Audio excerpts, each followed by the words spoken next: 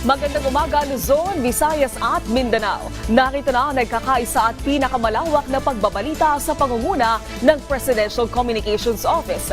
Kabilang ang PTV, Presidential Broadcast Service, Philippine Information Agency, Philippine News Agency at IBC. Tutok na sa mga balita mula sa iba't ibang bahagi ng bansa. Ito ang Balitang Pambansa. Ngayong umaga sa Balitang Pambansa, Armed Forces of the Philippines mas pinapalakas ang kakayahan para matukoy ang mga banta sa seguridad kasunod ang pagkakaaresto sa umano'y Chinese spy. Seguridad sa mga military camp at facilities sa bansa mas hihigpitan. Pangulong Ferdinand R. Marcos Jr. tinawag na kasinungalingan ang aligasyon ng blanco ang ilang bahagi ng 2025 national budget. Pambansang pondo, binusising mabuti bago lagdaan. Produksyon ng palay, target na mapataas pa ngayong taon. Ani ng palay, inaasang abot hanggang 20.4 million metric tons ayon sa Department of Agriculture. COMELEC, maglalabas ng resolusyon para ma-deputize ang National Printing Office para mapabilis ang pag-imprenta ng mga balota sa midterm elections. Pangulong Marcos Jr., suportado ang environment-friendly transport system sa bansa. Paglulunsad ng Tesla Center Philippines sa Taguig, pinangunahan. At President Donald Trump nanumpa na bilang ika-47 Pangulo ng United States of America. Golden Age para sa Amerika, ipinangako. Sa detalye ng mga balita, iniharap sa Department of Justice ang Chinese national at 2 Pinoy na hinihinalang espiya. Ipinakita rin ang mga nakumpiskang equipment ng mga ito na ginamit umano pang-espiya sa bansa. Si Luisa Erispe ng PTV sa Balitang Pambansa. Iniharap sa Department of Justice ang isang Chinese national na natimbog ng National Bureau of Investigation noong Biyernes ng gabi sa Makati City dahil sa umano'y pang-espiya. Kinilala ang suspect bilang si Deng Yuanqing na isang software engineer at 5 taon na umanong naninirahan sa Pilipinas. Hinihinalang espiya ang Chinese dahil nakita sa sasakyan nito ang isang LiDAR sensor na nakakakuha umano ng 3D image at lokasyon ng mga gusali mula sa labas ng istruktura. Posibleng real-time ang pagpapadala ng mga nakukuhang impormasyon nito sa China. Hagilap namin yung kotse na ginagamit nila ay RAV4 bearing plate number NBN 2628. Nakamount doon yung kanilang mga espionage equipment. Technology, pati human intelligence. So marami pong nagsusumbong sa atin about these kinds of activities. This is the same type of intelligence that we are also using against POGOs. No? Kaya po nakikita natin sila. Ayon sa National Bureau of Investigation, ilan sa naikutan ng lugar ng sospek ay ang mga EDCA sites sa Luzon, ilang power plants, National Grid Corporation of the Philippines, opisina ng mga LGU at meron ding mga pinagkukuhaan ng langis at mga malls. Hinihinalang nagsimula ang pagkalap ng impormasyon ng Chinese national mula noong Disyembre at nalibot na nito ang buong Luzon. Nag-frequent sila sa mga critical infrastructure, specifically military camps, bases, power plants, LGU offices, police camps, stations, even shopping malls. Meron na ho silang mapa kung saan iikot. In fact, ang plano ho nila, pagkatapos nilang maiikot yung buong Luzon, target ho nila yung buong Visayas at Mindanao naman. Aminado ang AFP, delikadong impormasyon ang nakuha ng sospek kaya naghihigpit na sila ngayon sa mga opisina at base militar sa Pilipinas. China. Itong nahuli po natin ay isa siyang specialist in terms of control engineering and the automation and engineering din through interdiction operation. Good afternoon, sir. I'm Zian Ambrosio from ABS-CBN. For General Browner and for Director Santiago, regarding, would you know how long na po ang operations nito kaya? Since na-mention nyo na dati nang merong ganito. And second, ano po yung participation May kasabwat naman umano ang suspect na 2 Pilipino na sina Ronel Jojo Balundo Besa, Jason Amado Fernandez na driver din ng sasakyan. Pero ang isa sa Pinoy na nahuli tumanggi sa mga aligasyon. Ba't ka umiiling? May kooperasyon ka dito? Wala. Wala. Yun ang gusto mo sabihin. May gusto ka pang sabihin? Tinutuntun na sa ngayon ng NBI ang tumatayo umanong financier ng Chinese na linggo-linggong nagpapadala ng higit 1 milyong piso sa bangko. Binubusisi rin nila kung may connection ba ang suspect sa People's Liberation Army Science University sa Nanjing, China. Inaalam rin ng mga otoridad kung may kinalaman sa pang-espiya ang mismong pamahalaan ng China. Mula sa People's Television Network, Luisa Erispe para sa Balitang Pambansa. Bahagi lang ng tungkulin ng Armed Forces of the Philippines sa matiyak ang pambansang seguridad sa pagkakaaresto sa isang dayuhan at 2 Pilipino na nang-eespiya sa bansa. Matatanda ang naaresto ng AFP Intelligence Command at ng National Bureau of Investigation ang 3 suspect sa Makati City noong January 17. Ayon kay AFP Public Affairs Office Chief Colonel Cerces Trinidad, patuloy nilang pinapalakas ang kanilang kakayahan sa tulong ng AFP Cyber Command upang matukoy ang mga banta sa makabagong teknolohiya sa pamamagitan ng paggamit ng mga drone at intelligence surveillance at reconnaissance system. Kasama na ang pakikiisa ng publiko. Tiniyak ni Trinidad na patuloy nilang pinoprotektahan ang mga kampo at mga vital installations upang matiyak ang seguridad ng bansa. Mas paiigtingin pa ng mga Armed Forces of the Philippines ang seguridad sa lahat ng kanilang kampo at facilities sa buong Pilipinas. Ito'y matapos maaresto ang isang Chinese national kasama ang 2 nitong kasabwat na Pilipinong sangkot umano sa pag-eespiya o espionage. Batay sa impormasyong ibinahagi kahapon sa media briefing na pinangunahan ng Department of Justice katuwang ang National Bureau of Investigation at AFP, na mayroon umanong sports utility vehicle ang Chinese national at mga kasabwat itong Pilipino na naglalaman ng mga kagamitan para sa pag-eespiya. Ginagamit nila ito para magsagawa ng surveillance operation sa mga civilian at military installation. Samantala, patuloy pa rin ang forensic investigation ng mga otoridad sa mga gamit na nakumpiska sa 3 nahuli. Tinawag na kasinungalingan ni Pangulong Ferdinand R. Marcos Jr. ang alegasyon ni dating Pangulong Rodrigo Duterte na may blankong bahagi ang pinirmahang General Appropriations Act. Si Clazel Portilla ng PTV sa Balitang Pambansa. He's lying. He's a president. He knows that you cannot pass a GAA without with a blank. He's lying. He's lying because he knows perfectly well that that doesn't ever happen. Kasinungalingan yan. Tinawag na kasinungalingan ni Pangulong Ferdinand R. Marcos Jr. ang paratang na may naiwan umanong blanko sa ilang bahagi ng isinabatas na 2025 national budget. Kamakailan lamang, binatikos ni dating Pangulong Rodrigo Duterte at Davao 3rd District Representative Isidro Ungab ang discrepancy umano sa pambansang pondo na hindi kinumpleto para gawing blankong tseke na maaring punan sa hinaharap. Sa kasaysayan ng buong Pilipinas, hindi pinapayagan na magkaroon ng item ang GAA nang hindi nakalagay kung ano yung project at saka ano yung gastos, ano yung pondo. Hinikaya ni Pangulong Marcos ang publiko na tingnan ang website ng Department of Budget and Management para mapatunayan na kasinungalingan ang ipinalulutang na impormasyon.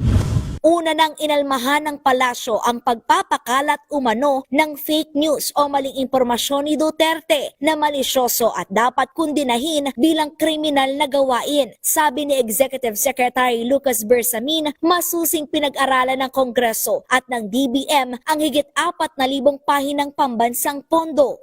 Siniguruan niya ng pamahalaan na walang puwang o maiwang proyekto, programa o aktibidad na walang pondo bago lagdaan at gawing batas. Nanawagan ng palasyo sa kampo ni Duterte na maging responsable sa kanilang aksyon at iwasan ang pagpapakalat ng maling impormasyon. Nilinaw naman ng DBM na ang mga pahinang lumutang ay mula sa Bicameral Conference Committee report at hindi sa General Appropriations Bill. Hinikayat ng ahensya ang publiko na maging maingat, mapanuri at i-verify muna ang impormasyon bago i-share o ipakalat sa mga social media site. Mula sa PTV Manila, Calazel Pardilia, Balitang Pambansa. Epektibo na ang 58 pesos per kilo na maximum suggested retail price ng imported na bigas. Mas marami na rin ang kadiwa stalls na nagbebenta ng bigas na nasa 36 hanggang 38 pesos kada kilo. Ang detalye sa Balitang Pambansa ni Isaiah Mirafuentes ng PTV. Sa kamuning public market bumibili ng bigas si Aurelia at may suki na madalas na siyang puntahan. At ang palagi niyang binibili ay imported rice. Masarap daw kasi ito at tila may aroma pa ng coco pandan. Pero para sa kanya, mataas ang presyo ng bigas. Mas maganda po kung bumaba po para magkasya yung budget. Magtatalaga ang Department of Agriculture ng maximum suggested retail price sa imported rice. Ayon sa DA, 58 pesos na ang pinakamahal na imported rice. Bago kasi nito, umaabot ng 65 pesos ang halaga ng imported rice sa mga pamilihan. Mandatory in the sense na, kumbaga, dahil nga po nagkaroon ng agreement. In a way, ngayon, minomonitor po na, dahil maglalabas po talaga naman tayo ng guidelines, kasi nga po, as of now, pinaplansya pa po natin yung guidelines. So siguro, in a way, yung strictness, hindi muna natin masyadong implement. Sinisiguro rin ng kagawaran na sumusunod ang mga supermarket para sa presyong nakalaan sa mga imported rice. Hindi kasama sa polisiya ang mga specialty rice varieties tulad ng malagkit, Japanese rice at black rice. Balangkas rin sa MSRP na may kasamang 10 pesos per kilo nominal profit margin sa landed cost ng imported na bigas. Maliban dito, ang dating tig 40 pesos na bigas ngayon nabibili na ng tig 38 pesos sa kadiwa ng Pangulo Kiosk. Ito naman yung mga bigas na RFA 25 o 25% broken. Mabibili rin sa kadiwa ng Pangulo Kiosk ang tig 45 pesos na bigas o yung 5% broken rice. Available rin ang tinatawag na sulit rice sa halagang 36 pesos. At ang aging but good quality rice stock ng NFA na tig 29 pesos. Nakikipag-ugnayan naman ang Department of Agriculture sa Metro Manila mayors na gawing available ang mga murang bigas ng pamahalaan sa lahat ng pampubliko at pribadong palengke sa Metro Manila. Sinabi pa ng kagawaran na posible ngayong linggo ay magkaroon na ng resolusyon kaugnay sa food security emergency na idideklara sa buong bansa. Dalawa lang naman po ang magiging basis nitong food security emergency, yung rice shortage tsaka yung extraordinary increase in rice prices. So wala naman pong problema sa rice shortage, wala po tayong ganong scenario ngayon. Yung tinitignan na lang po na basis, yung extraordinary increase po in prices. Umaasa naman ang DA na mapapalawak pa ang kadiwa stores sa buong Metro Manila. At sa pamamagitan ng mga proyektong ito ay mahahatak pababa ang presyo ng bigas. Isaiah Mirafuentes, Balitang Pambansa. Target ng Department of Agriculture ang 20.4 million metric tons na ani ng palay sa taong ito. Ang pahayag ay ginawa ni Agriculture Secretary Francisco Chu Laurel Jr. kasunod ng direktiba ni Pangulong Ferdinand R. Marcos Jr. na ibalik ang 10 billion pesos na budget cut sa produksyon ng bigas. Noong 2023, nakapagtala ang bansa ng 20.6 million metric tons ng palay production ng bago pa na nalasa ang El Niño phenomenon at La Niña naman noong 2024. Umaasa din ang kalihim na magiging magandang panahon sa taong ito ay maipatupad nila ng tama ang mga programa ng ahensya. Sisimulan na ng mga opisyal ng Department of Agriculture at ng DTI ang pag-iikot sa ilang palengke sa Metro Manila upang alamin kung maipatutupad ba ng tama ang 58 pesos maximum SRP sa imported rice. Si Vel Custodio ng PTV sa Balitang Pambansa Live. Naomi, mag-iikot ang mga opisyal mula Department of Agriculture at Department of Trade and Industry para sa special price and supply monitoring ng mga pangunahing bilihin dito sa Trabaho Market, Sampaloc, Manila.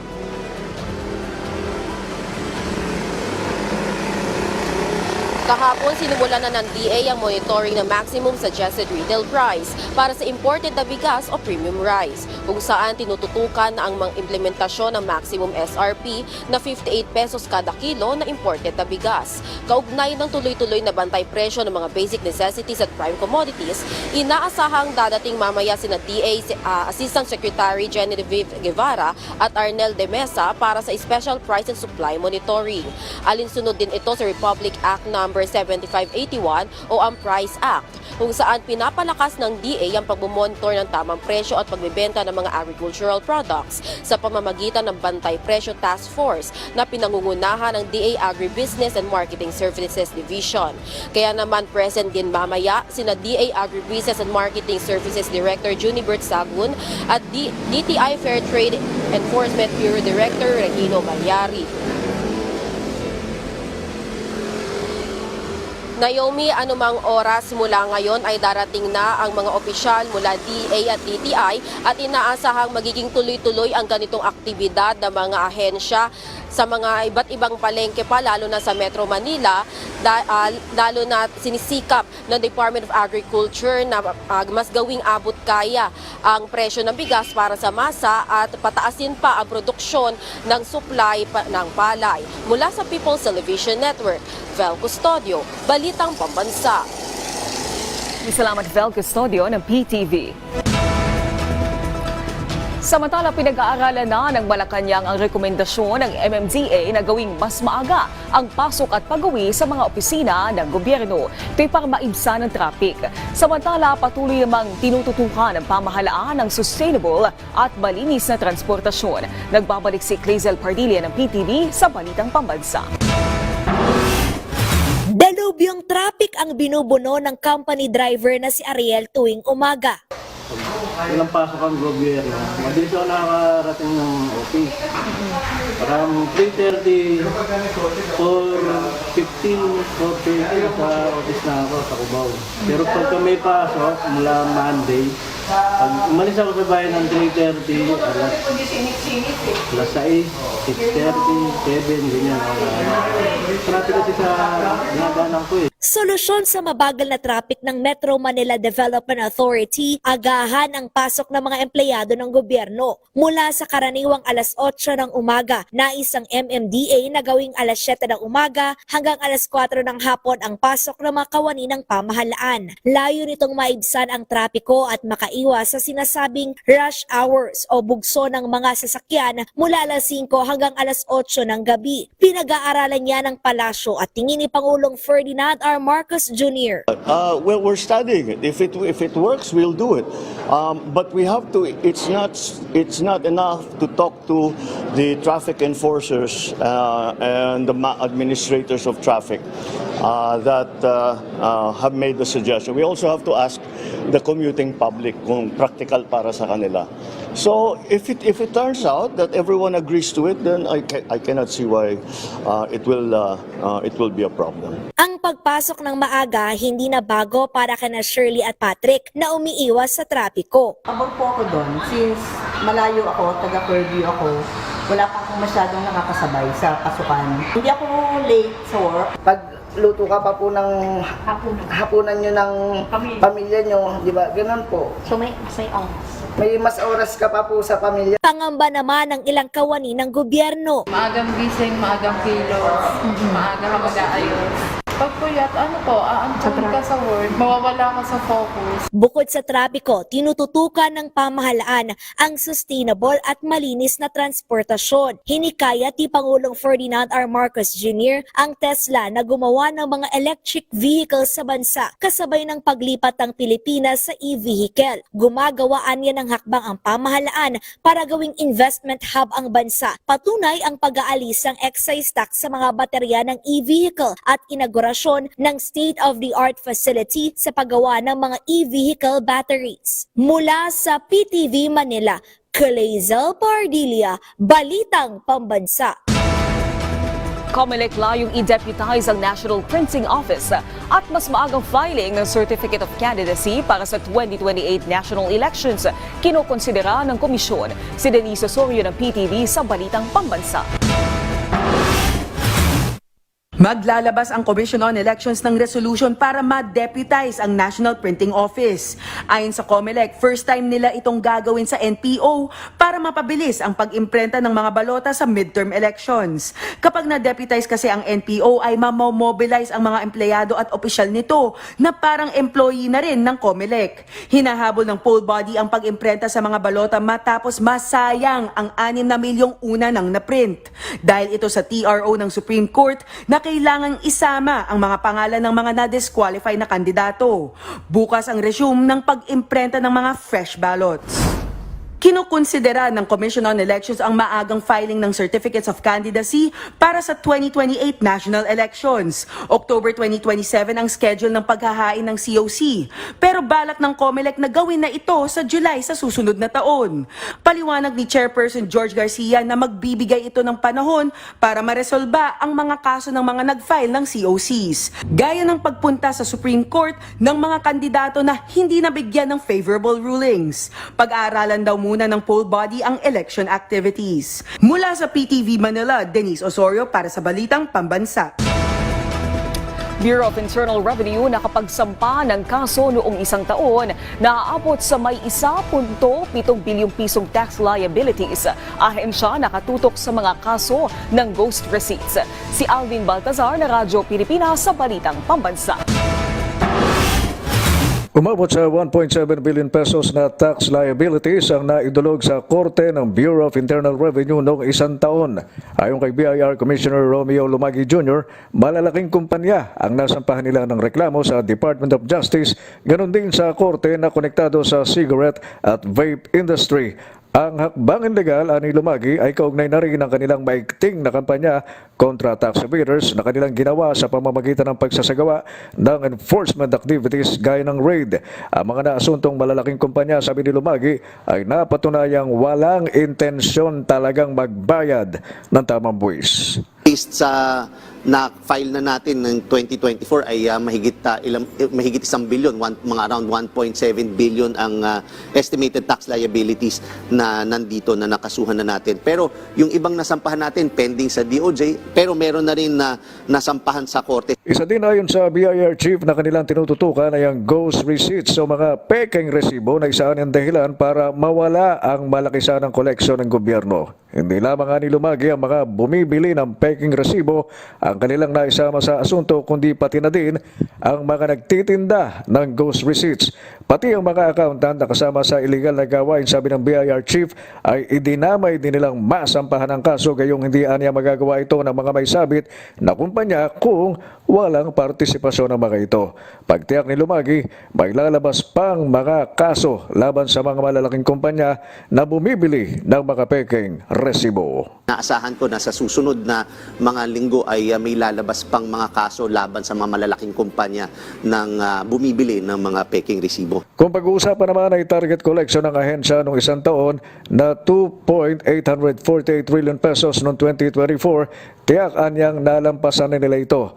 Patuloy ani Lumagi kasi ang ginagawa nilang pagre-reconcile sa mga datos at makukuha nila ang pinal na figure sa unang linggo ng Pebrero.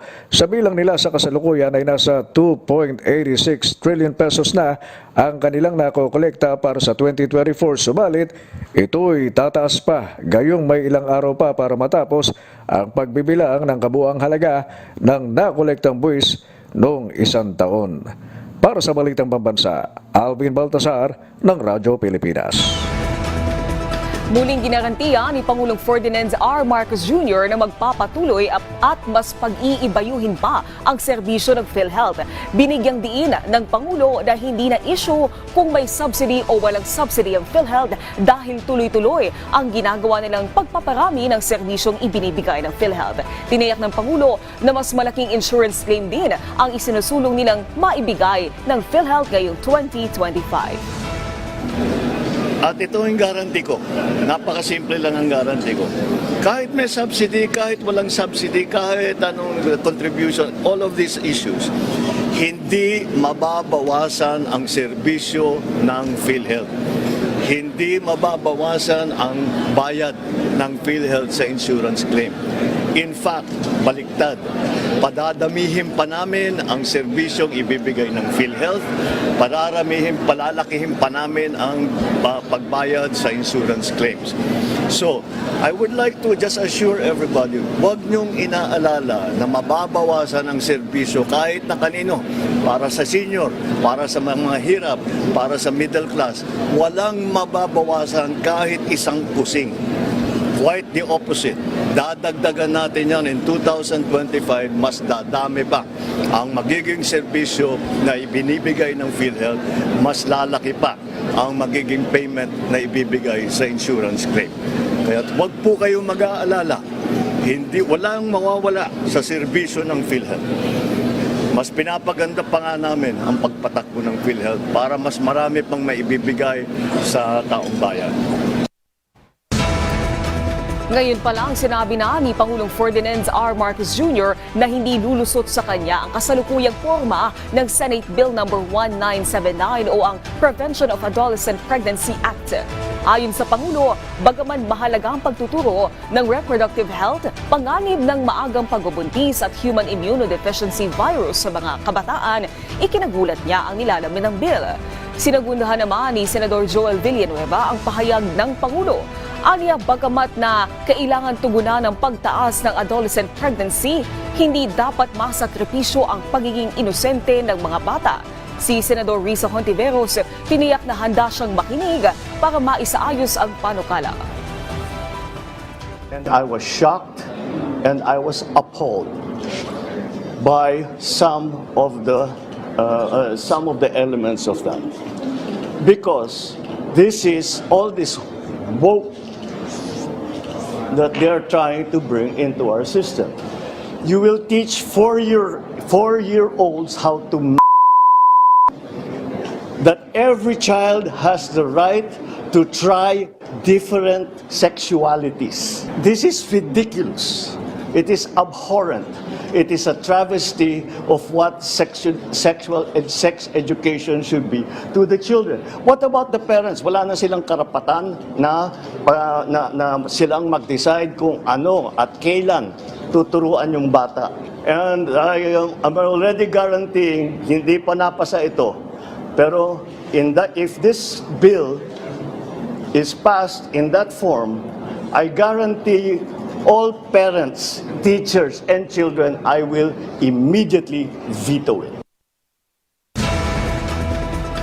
Pagpapabakuna sa mga senior citizen, target ngayon ng Zamboanga City LGU para mas makaiwas sa mga sakit, lalo na ngayong malamig ang panahon. Si Shirley Espino, na Radyo Pilipinas Zamboanga sa Balitang Pambansa.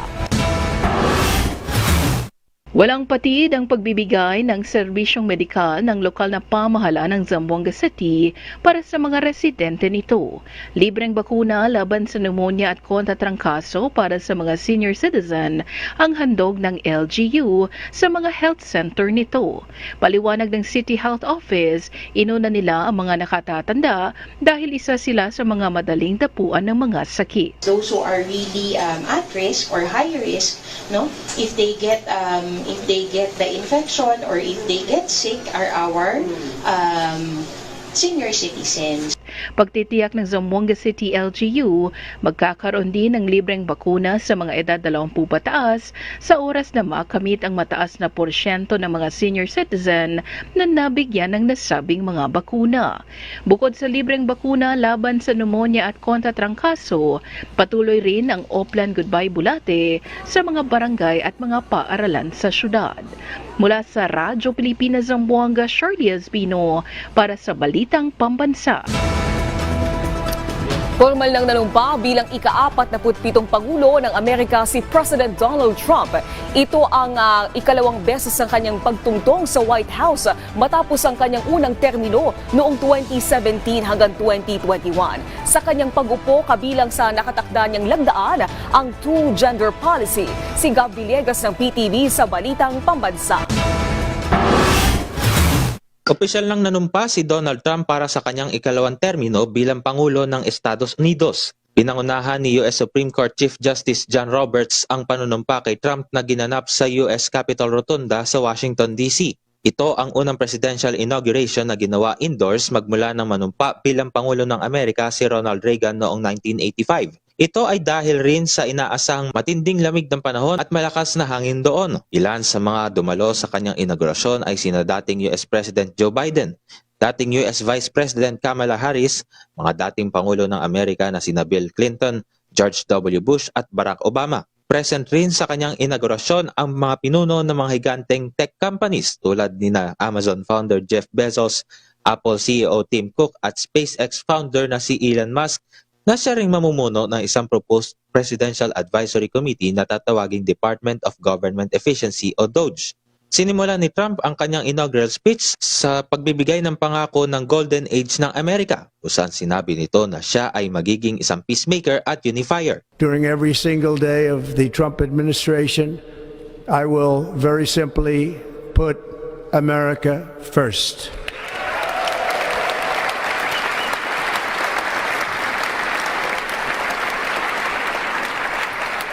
Our sovereignty will be reclaimed. Our safety will be restored. The scales of justice will be rebalanced. The vicious, violent, and unfair weaponization of the Justice Department and our government will end.